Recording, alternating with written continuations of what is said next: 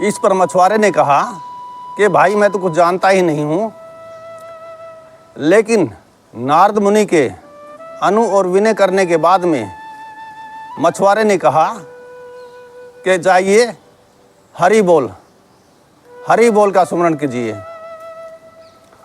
और नारद मुनि को प्रसन्नता हुई कि उसे गुरु मिल गया और हरि बोल का मंत्र भी मिल गया।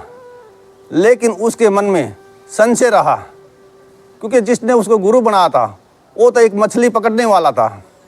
और इसी उधेड़ बुन में वो अपने पिता ब्रह्मा जी के पास गए और ब्रह्मा जी ने उनसे पूछा कि पुत्र, क्या आपने गुरु बनाया? इस पर नारद मुनि ने कहा कि पिताजी मैंने गुरु तो बना लिया, पर इस पर ब्रह्मा जी ने कहा कि पुत्र तूने गुरु को पर लगा दिया। 84 लाख योनि में जाएंगे, आपको 84 लाख योनि में जाने से कोई नहीं रोक सकता। आपको 84 लाख योनि भुगतनी पड़ेगी, क्योंकि आपके मन में संशय रहा कि मैंने जिसको गुरु बनाया वो मेरे लायक था ही नहीं। गुरु तो गुरु होते हैं और गुरु की महिमा भी अपरंपार होती है। इसलिए गुरु के प्रति कभी मन में संशय नहीं रखना चाहिए। जो कहें उसका अनुसरण करना चाहिए, उनकी वाणी का ध्यान करना चाहिए।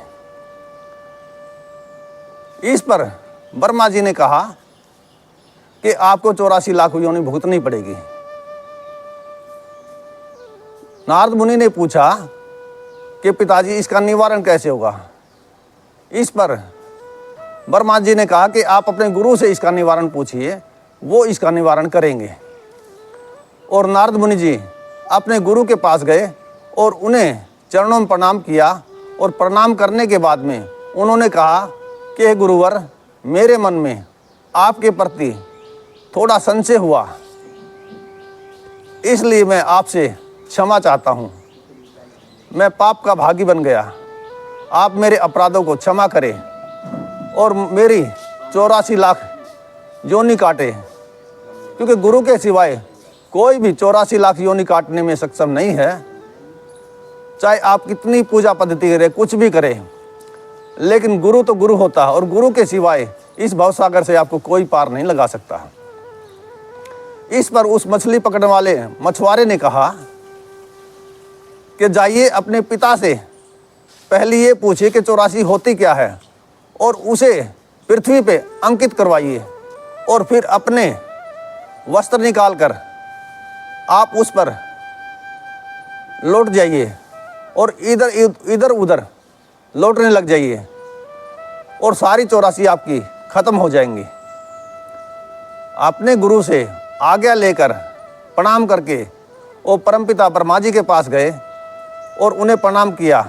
और प्रणाम करने के बाद में अपने पिता से कहा कि पिताश्री, मुझे ये बताइए कि 84 लाख योनि कैसी होती है और मुझे उसका अंकित करके विवरण दीजिए। इस पर ब्रह्मा जी ने पृथ्वी पर सभी 84 लाख योनियाँ अंकित कर दिया।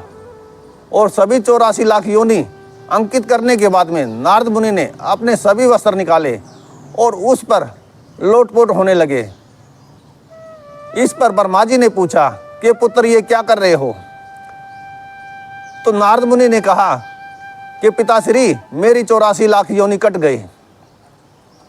इस पर ब्रह्मा जी ने कहा कि पुत्र ये आपको किसने बताया? इस पर नारद मुनि ने कहा कि ये मेरे परम पूज्य गुरुदेव ने। ब्रह्मा जी ने कहा कि आप तो उन पर संशय करते थे। तो इस पर नारद मुनि ने कहा कि वो हमारी भूल थी, नादानी थी। गुरु तो गुरु होते हैं और गुरु के सिवाय संसार में कोई नहीं होता।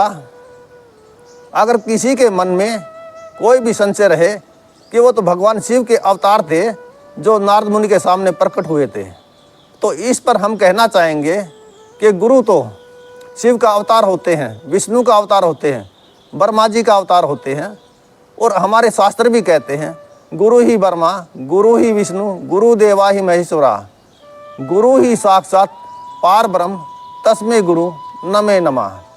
तो गुरु जो होते हैं वो ईश्वर का ही रूप होते हैं। गुरु जब भी आएगा वो ईश्वर के रूप में नहीं आएगा, वो गुरु के रूप में आएगा। और वो इस संसार सागर से जितने भी जीव हैं उनको भव सागर से आके अपने परम धाम को चला जाएगा। क्योंकि गुरु इस संसार में भटके हुए जीव को रास्ता देने के लिए आते हैं और फिर रास्ता देने के बाद में वही संसार से सागर चले जाते हैं। तो नारद मुनि ने अपने गुरु से ये हरि बोल का मंत्र लिया और उनका जाप किया, और आज पूरे भारत में नारद मुनि का नाम बड़े आदर के साथ लिया जाता है। और उन्होंने जितनी तपस्या किया, जितनी भक्ति की, वो सब हम ही जानते हैं। तो इसलिए हमें नारद मुनि से भी प्रेरणा लेनी चाहिए और हमें अपना गुरु बनाना चाहिए। गुरु के बनाकर उसके बताए मार्ग पर चलना चाहिए, गुरु की भक्ति करनी चाहिए, गुरु की सेवा करनी चाहिए, और जो गुरु कहे वैसा ही करना चाहिए। गुरु कहे सो कर, गुरु करे सो ना कर, गुरु करे सो ना कर। क्योंकि गुरु जो करे वो आपको नहीं करना चाहिए, और गुरु जो कहे वो आपको करना चाहिए, क्योंकि वो आपके हित के लिए कहते हैं। इसलिए हमें गुरु धारण करना चाहिए और गुरु की पूजा करनी चाहिए। इस संसार में जितनी भी पूजा है वो लोक की पूजा है, उनसे आपकी कामनाएं तो पूर्ण हो जाएंगी। किसी को पुत्र की कामना होती है, किसी को पत्नी की कामना होती है, किसी को पति की कामना होती है, और किसी को धन की कामना होती है।